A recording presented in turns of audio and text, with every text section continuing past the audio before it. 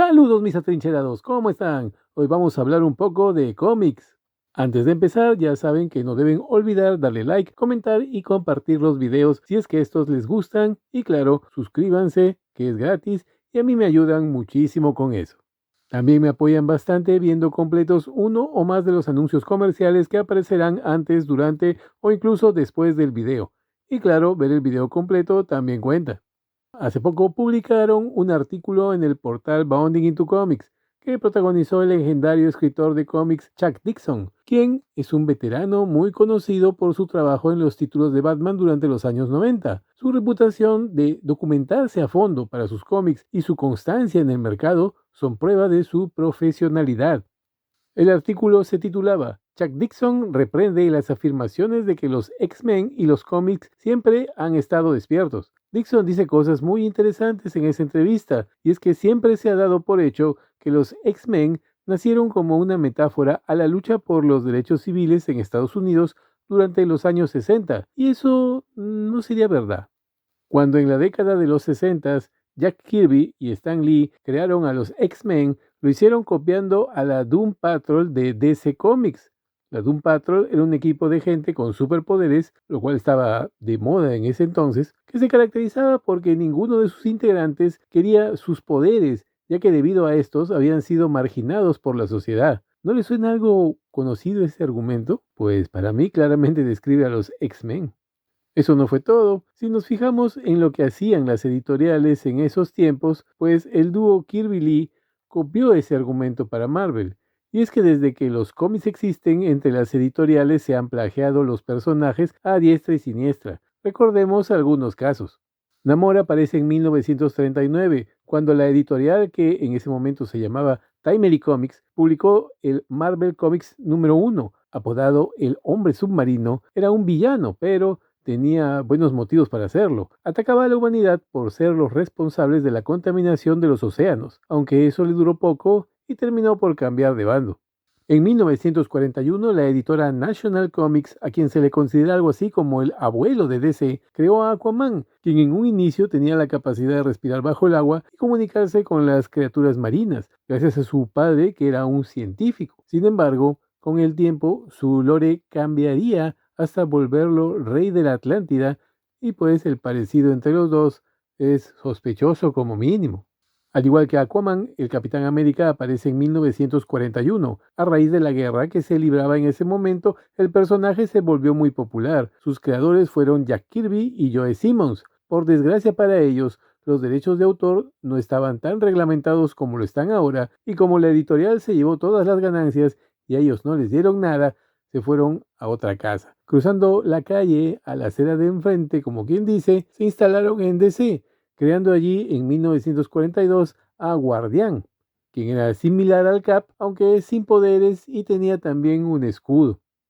Y así podríamos seguir con Flash y Quicksilver, Green Arrow y Hawkeye, Darkseid y Thanos, etcétera, etcétera. El punto es que no. De arranque, los X-Men no nacen pensando en la inclusión o como dicen que nacieron pensados para ser una metáfora a la lucha por los derechos civiles en Estados Unidos. No, simplemente fueron un plagio. Incluso se dice que Stan Lee los hubiera podido lanzar primero, ya que empezó a trabajar en ellos después de haber escuchado una charla en las oficinas de DC sobre Doom Patrol. Claro que después ya le dieron mayor profundidad a la trama usando esos asuntos de la vida real, eso no se niega, pero el toque progre no llegaría a esta historia hasta 1975, año en que se lanza Giant Size X-Men 1. La serie había estado fuera de producción desde 1970. Ese fue un relanzamiento. Allí vemos a personajes como Cíclope, Banshee, Sunfire y Wolverine liderando el grupo, y también tenemos nuevos personajes como Tormenta, Nightcrawler, Coloso y Thunderbird.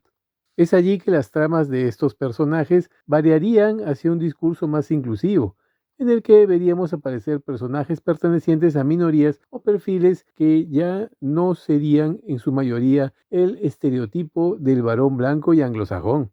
Esto pegó y la colección de tirada bimestral se convirtió en un éxito. La serie tomó temas de actualidad del momento, dándole el crédito al guionista británico Chris Claremont, artífice de la mitología de los X-Men, tal y como la conocemos a día de hoy.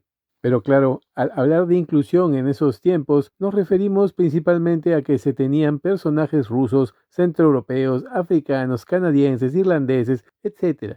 Y si bien es cierto, el tema de la sexualidad no podía abordarse tan abiertamente como ahora, se dejaban entrever algunos personajes que eran diversos en ese sentido. El rol de la mujer también cambió en esa historia.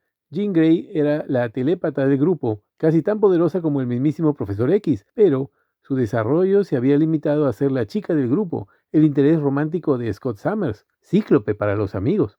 Chris Claremont hizo algo que se consideró radical para ese entonces. Convirtió a Jean en el ser más poderoso del cosmos. De pronto se convirtió en el miembro más poderoso del equipo, tras volverse en el recipiente de la Fuerza Fénix.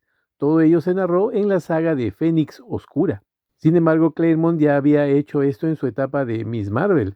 Él desarrolló el concepto de que una mujer fuera el superhéroe más poderoso de una editorial, y pues eran las tendencias de la época. Fue allí que los X-Men recién trataron de rendir homenaje al movimiento por los derechos civiles. Magneto y el profesor Xavier fueron retratados como homólogos mutantes de Malcolm X y Martin Luther King Jr., pero esta asociación se debió también a Claremont, quien en retrospectiva planteó que ambos hombres habían sido amigos de la juventud y que Magneto, como lo vimos en las películas, había sobrevivido al Holocausto. Esta imagen replanteó el retrato clásico de ese personaje que pasó a no ser tanto un villano como un antihéroe, un extremista cuyos objetivos, su noble causa, terminaba corrompida por sus métodos violentos y sus ansias de venganza. De este modo, se le equiparaba con otros activistas que habían caído en el tuquismo. El legado de Claremont continuó con otros guionistas, entonces los X-Men desarrollarían otros conceptos como el virus del legado, que fue una metáfora de una terrible enfermedad que apareció en los 80, la primera boda gay del cómic, así como dar visibilidad a representantes de colectivos con poca representatividad en los medios generalistas. Entonces podemos decir, como muchos lo dicen, que siempre fueron progres. Según el artículo, una de las tantas opiniones que difieren de ese punto de vista es la de Rising Star Comics. Uno de sus entrevistadores dijo esto al preguntarle a Dixon: ¿qué piensas cuando la gente usa a X-Men como ejemplo de cómo los cómics siempre fueron políticos despertados? El entrevistador prosigue y da su opinión. Para mí personalmente, siempre pensé que era un argumento débil que no tenía base en los hechos reales, porque en X-Men hasta los años 2000 el ángulo del marginacionismo ni siquiera era tan central para los X-Men. En su conjunto eran una telenovela romántica de acción, aventuras, superhéroes, ciencia ficción, fantasía, con todo y el fregadero de la cocina, que tenía un tema externo encima. Además, X-Men a menudo era muy poco políticamente correcto. Definitivamente no despertó, como se hizo evidente cuando las mismas personas que repitieron esa línea intentaron cancelar a Chris Claremont el año pasado. Dixon respondió: es gracioso, ¿no? Lo que pasa con el despertar, la corrección política y todo lo demás es que las porterías siempre están en movimiento. Bueno, esta es una metáfora gringa que no sé qué significa, pero bueno, eso es lo que dijo, ¿no? La traducción literal. Luego siguió: no conozco la política de Chris Claremont, pero te aseguro que estaba bastante en línea con la multitud despierta hasta que cualquier cosa que dijera o hiciera los hizo volverse contra él. Y así pasa con los progres. Aunque te hayan idolatrado alguna vez, basta con que digas algo que no les guste, por más mínimo que esto sea, bastará para que vayan por ti con toda su furia hasta que no queden ni tus zapatos. Si estás parado sobre una alfombra, cuando te agarren solo un agujero en la alfombra quedará de ti. Claro que no siempre pueden, como pasó con J.K. Rowling, aunque con ella lo intentan cada vez que pueden. Dixon entonces empezó a responder la pregunta, ¿no? Calificando a los X-Men de llorones y víctimas profesionales, y luego dijo: llegar tan lejos y luego decir que los cómics siempre son políticos. Es posible que se hayan ocupado de los problemas del día. Estuve en un podcast con John Bauer recientemente y él mencionó el hecho de que los X-Men a menudo discutían sobre la fe religiosa porque Kitty Pryde era judía, Colossus era ateo, Kurt era católico y tenían discusiones sobre esas cosas. Y no intentaba decirle al lector qué pensar sobre estos temas, simplemente fueron los personajes los que exploraron estos temas y les hizo parecer más profundos, más identificables, más reales, que tuvieran pensamientos como este, indicando que se trataba de personas que pensaban de forma independiente en lugar de simplemente personas en el papel. explicó Dixon. Y pues estoy completamente de acuerdo. Cuando se construye un personaje se busca darle complejidad en lo que se pueda. Por ejemplo, Hideaki Anno, el director y guionista del anime Evangelion, ha expresado que el desarrollo de la serie estuvo inspirado en su propia experiencia, en virtud de la cual los personajes muestran una amplia gama de sus afecciones emocionales y de su personalidad. No creo que nadie pueda negar que Shinji, Rei, Asuka o Misato son personajes con un trasfondo muy creíble a pesar de estar muy rotos y sin necesidad de meterles algún tipo de política. Esta serie, por sus características técnicas y temáticas, así como la complejidad y simbolismo de su historia, han hecho que sea considerada como uno de los mejores ejemplos del género del realismo épico. Tal vez no fue de una manera tan oscura, pero como dijo Dixon, cuando se pensó en tal o cual tema para el cómic de los X-Men, fue solo por crearles un trasfondo y una personalidad sin ánimo de adoctrinar o reprender a nadie. Dixon continuó argumentando su punto de la siguiente manera. Y la cuestión es que escucharé el argumento. Bueno, Superman era político. Superman era un gran liberal de Roosevelt, porque acusaba a los terratenientes abusivos y codiciosos. Eso plantea el argumento de que hay alguien a quien le gustan los propietarios codiciosos. ¿Cómo es eso político? ¿A quién le gustan los propietarios codiciosos? A nadie. Así que eso no es político. Ese es Superman siendo un justiciero que lucha contra el crimen, defender la verdad, la justicia y el estilo de vida estadounidense. El estilo de vida estadounidense ciertamente no consiste en cobrar alquileres altos y arrojar a los huérfanos a la calle. Ese no es el estilo americano. Así que no hay nada realmente político. Y es verdad, mis queridos atrincherados, muchas veces los despiertos interpretan las cosas como les da la gana para llevar agua para su molino, diciendo que tal o cual personaje es progre. Por ejemplo, Robin Hood robaba a los ricos para darle a los pobres. Mentira. Le quitaba al Estado el dinero de los impuestos para devolvérselo a sus legítimos dueños, que eran el pueblo. No era de izquierda, era un libertario. Los LGBT hacen otro tanto, que Obi-Wan Kenobi o Luke son LGBT, dicen. Hace poco estaban llorando por Bayonetta cuando apareció un dibujo de ella con pareja masculina y siendo madre, cuando ellos juraban que era LGBT. Elsa de Frozen, los niños de Luca, Pocoyo. Pocoyo. Decían que era una niña que se vestía de azul. Claro, esto es más empoderadista que LGBT. Decían que pues era niño, perdón, era niña. Y en el programa podemos ver que tiene una amiguita, ¿no? Que es Nina. Entonces que ella ya es el personaje de niña. No va a haber dos niñas en un programa para niños, ¿no? Es lógico. Pero no, pues ahí decían que Pocoyo es mujer. Lo más probable es que Dixon tenga razón y solo las coincidencias que algo tuvieron de las tendencias de la actualidad fue lo que hizo que los X-Men fueran percibidos como que siempre fueron woke, cosa que, como hemos visto, no fue así para nada. Es indudable que hoy en día, con las editoras infestadas de progres, sí se puede aceptar que son progres, pero de nacimiento no. Finalmente Dixon cerró su genial respuesta diciendo esto. Y tal vez la política sea parte de una historia, pero eso no te excusa por inyectar tu agenda política, tu punto de vista personal en historias de superhéroes y decirle al lector qué pensar o milanar al lector o literalmente avergonzar al lector.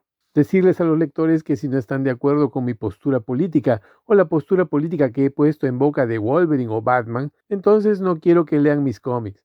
Eso es divisivo. Los cómics nunca tuvieron la intención de causar división. Tienen temas universales y hay personajes con los que estás de acuerdo y personajes con los que no. Se puede discutir sobre la política de Batman o la política de Ben Grimm, pero al final se trata de ficción escapista, concluyó Dixon. El punto es que hoy en día la agenda está por todos lados, pasando por los cómics, los videojuegos, las series, las películas, etcétera. Y la gente se está dando cuenta de eso y está reaccionando al respecto. Ya no les hacen caso a las empoderadistas cuando tratan de obligar a la gente a ver sus películas diciendo que si no vas a ver una película protagonizada por mujeres, eres misógino o machista. Y también cosas como que si no apoyas la inclusión forzada eres un marginacionista o un homófobo si esto o un negacionista si aquello. A la gente le está valiendo madre. Como resultado solo están provocando división entre sexos y razas, el odio entre la gente. Los progres, lejos de mejorar las cosas, están echando a perder el mundo. Las películas, las series, los cómics y demás medios de entretenimiento son parte de ese daño. Los que han visto anteriores videos de mi canal saben que he dicho esto más de una vez y seguramente tendré que seguir diciéndolo. Cuando vamos al cine o vemos una serie, o leemos un libro o un cómic, solo queremos divertirnos, no ser reprendidos ni adoctrinados. Y lo más importante, no queremos ver nuestro mundo reflejado en una historia de ficción. No queremos ver, por ejemplo, la diversidad que no es de todo el mundo. Ojo, esa inclusión que venden, esa diversidad que venden así, solo se limita a unas cuantas ciudades, no a todo el mundo. En gran parte del planeta los humanos no estamos tan mezclados como en Manhattan. Lo que queremos ver es épocas antiguas que se vean creíbles. Y claro, queremos escapar por un instante de la triste y dura realidad. Ficción escapista, lo llamó Dixon con mucha razón. Y bueno, lo dejo allí. Esperemos que poco a poco voces como la de Chuck Dixon se oigan cada vez más fuertes por el bien de los cómics, las películas y todo lo demás que ha sido puesto al borde de la ruina gracias a meterle políticas a todo. Entonces pasamos a nuestra sección, el video recomendado. Hace muy poco el famoso youtuber MrBeast fue noticia por buenas y malas razones. La buena, construyó 100 pozos de agua para comunidades pobres en varios países del África. La mala es que no faltaron idiotas, y les digo idiotas tratándolos bien, ya que, como buena basura humana que son, criticaron esta acción. El video que les recomiendo cuenta esta historia. El canal se llama Axeldea, quien realizó un buen video, claro, conciso y bien explicado. Solo puedo decir sobre estos que criticaron a MrBeast y su buena acción, que dejó mal parada a la ONU y demás ONGs que solo están allí para robar y no ayudan en nada. Pues estos tipos, los que criticaron a MrBeast, son zurdos siendo zurdos. En cualquier parte del mundo son todos iguales. La izquierda solo engendra subnormales. Dejo el link en la caja de comentarios. Y estos fueron mis 2 centavos, mi humilde opinión, poco inclusiva, misógina, falocentrista y lo que quieran sobre este asunto. Si milagrosamente han llegado hasta aquí y si les ha gustado el video, como dije al principio, denle like, compartan y comenten. Los comentarios ayudan con el algoritmo, basta con poner buen video o tienes mi apoyo y con eso me ayudas bastante. Si están suscritos al canal, no se olviden de activar la campanita para que les lleguen las notificaciones cada vez que subo video nuevo. Su apoyo económico es muy importante. Si desean colaborar con el canal, aquí tienen los QR donde podrán hacerlo. Para Perú tengo ya Payplin, para otros países tengo PayPal. También tienen los links en la caja de comentarios. Muchas gracias de antemano. Si desean pueden seguirme en redes sociales, tenemos Facebook y Twitter. Estoy más activo en Twitter, o X. Estoy creciendo de a poquitos allí. En Facebook por ahora solo aviso cada vez que subo nuevo video. Nos vemos en la próxima. Desde mi pequeña trinchera, por ahora, este es el fin de la comunicación.